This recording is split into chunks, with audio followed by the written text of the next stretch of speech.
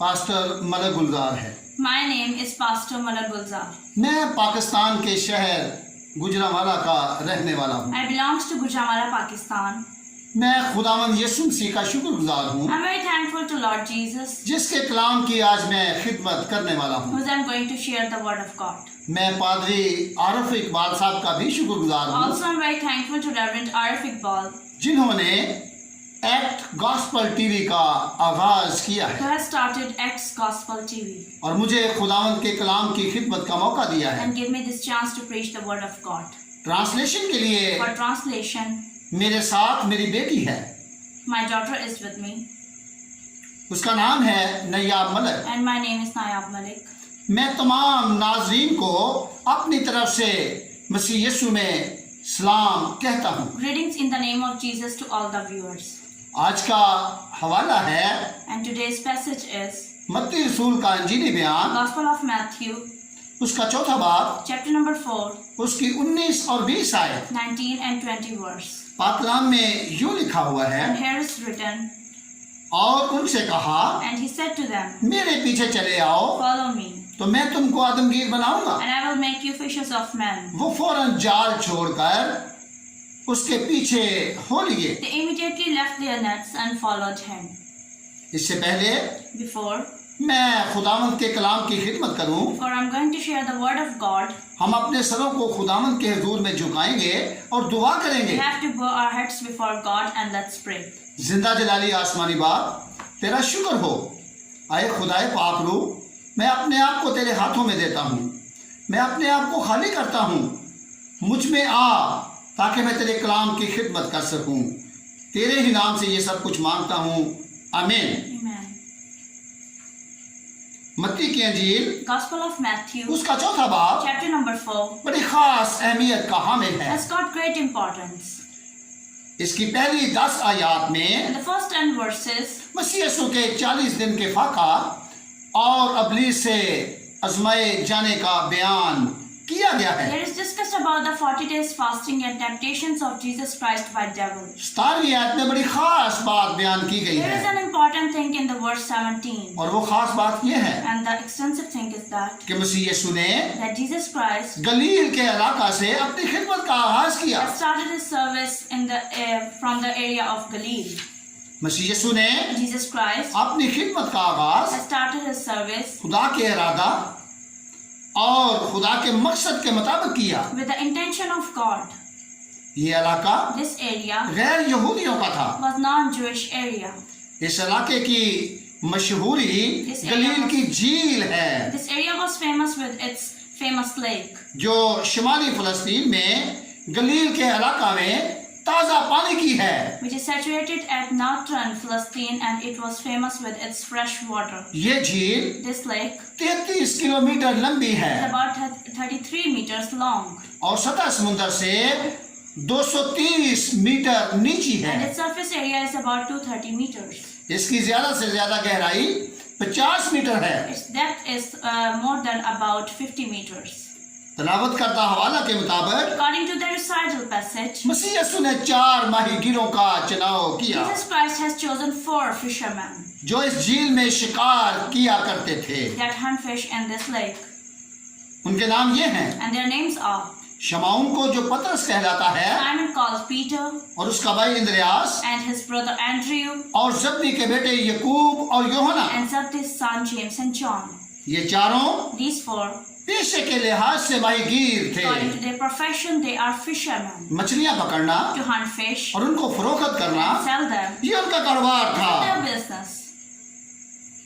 19 आयत में In the 19th verse, मसीह यीशु ने शमाउन पतरस और इंद्रियास से बहुत बड़ा वादा किया Jesus has made a huge promise with Simon Peter and Andrew, और वो वादा ये था and this promise is, कि मेरे पीछे चले आओ, follow me, मैं तुमको आदमगीर बनाऊंगा। and I will make you fishers of men. इससे मुराद है This means लोगों को मसीह यीशु की पैरवी के लिए दावत देना। This means to give the invitation to the people to follow him. मेरा आज का मजमून है My today's topic is great leader और great follower. great leaders are the great followers. अजीम उस्ताद और अजीम पैरोकार। Leaders and the good students or Masih- followers. मसीह यीशु हमारा अजीम उस्ताद है। Jesus Christ Christ is our great leader. मसीह यीशु ने Jesus Christ. माहीगीरों और मसूल लेने वालों का चुनाव किया Jesus Christ has chosen fishermen and tax collectors. और उनको अपना हम ख्याल बनाया। Also, he made him like thinkers. मसीह यीशु ने कहा Jesus Christ said to them, तौबा करो repent from your sin. क्योंकि आसमान की बादशाही नजदीक आ गई For the है। kingdom of God is near. तौबा से मुराद Repentance means उन तमाम चीजों से वापस फिरना not from all that things जो इंसान को गुनाह के लिए उकसाती that हैं। insist a person to do a sin.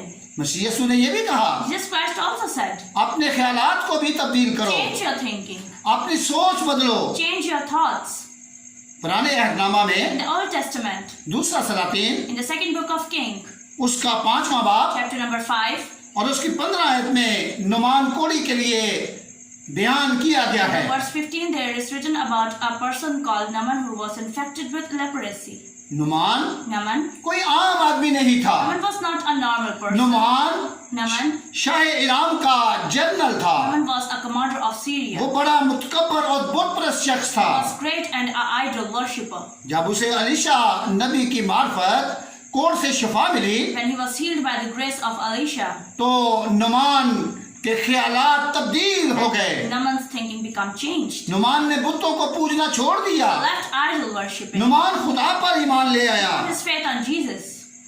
जब वो खुदा पर ईमान लाया When he put his faith on God, उसकी सोच बदल his गई। thinking became changed. अमाल दूसरा बाब Acts chapter number 2, उसकी दूसरी आयत में ईद पेंतिकोस्त का बयान किया गया in है। the verse 2, there is written about the day of Pentecost. ये ईद बनी इस्राइल की 3 बड़ी ईदों में से एक ईद है। From the great events of Israel, this event is one of them. यहूदी दूर दूर से यरूशलेम में इकट्ठा होते थे। Jews came from away to Jerusalem to celebrate this event. इस ईद पर On this event, पतरस ने तौबा की मुनादी की Peter preached on repentance, और 3000 लोग मसीह यीशु पर ईमान ले आए and about 3,000 people accept Jesus. और मसीह यीशु का वो कौल पूरा हुआ And that motive was fulfilled जो उसने पतरस से किया था। that he made with Simon Peter. मैं तुमको आदमगीर बनाऊंगा। That will make you fishers of men. पतरस ने बहुत से बीमारों को अच्छा किया। Peter also gave healing to many sick people. पतरस याफा में गया Peter went to Joppa. और वहां तबीता नाम की एक शागिर्दा थी There was a disciple named Tabitha. जो मर चुकी थी। She was dead. पतरस ने उसे जिंदा कर दिया। Peter made her alive. उसके जिंदा होने की वजह से Because of her aliveness, वो ये खबर सारे याफा में फैल गई this news was famous and in all over the Joppa. और बहुत से लोग उस पर ईमान ले आए। And many of them put their faith on Jesus. पैदाइश 12 बाब Genesis chapter number 12, उसकी पहली और दूसरी आयत में भी खुदा ने एक वादा किया। and in the verse number 1-2, God also has made a promise. ये वादा इब्राहिम से था। And this promise was made with Abraham. Ibrahim से कहा He was said to Abraham, अपने वतन और अपने नातेदारों को छोड़ दे, left your country and left your relatives, अपने बाप के घर को भी छोड़ दे left your father's house, और जो मुल्क मैं तुझे दिखाऊंगा that country which I'm going to show you, वहां चला जा। go there. मैं तुझे बड़ी कौम बनाऊंगा, I will make you a huge nation. मैं तुझे बरकत दूंगा, I will bless you. मैं तुझे सरफराज I करूंगा। will lift you up. आज के बाद From today onwards, तेरा नाम इब्राहिम नहीं बल्कि इब्राहिम होगा। your name will not become Abraham, your यानी name कौमों will be का बाप। Abraham, and that means fathers of nation. खुदा ने इस वादे को भी पूरा कर दिया। Jesus fulfilled his promise.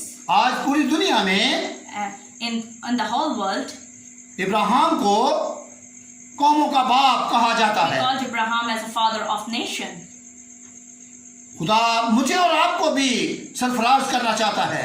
God wants us to lift us up.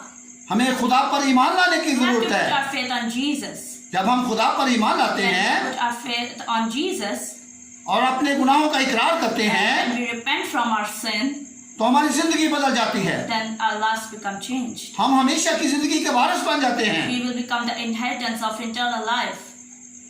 हमें मसीह यीशु को कबूल करना है We have to accept Jesus. और उसके पीछे पीछे And चलना we है। have to follow Jesus. खुदावंद आज के कलाम के वसीला से हमें बरकत बख्शे। आमीन। Bless all of you in the name of Jesus.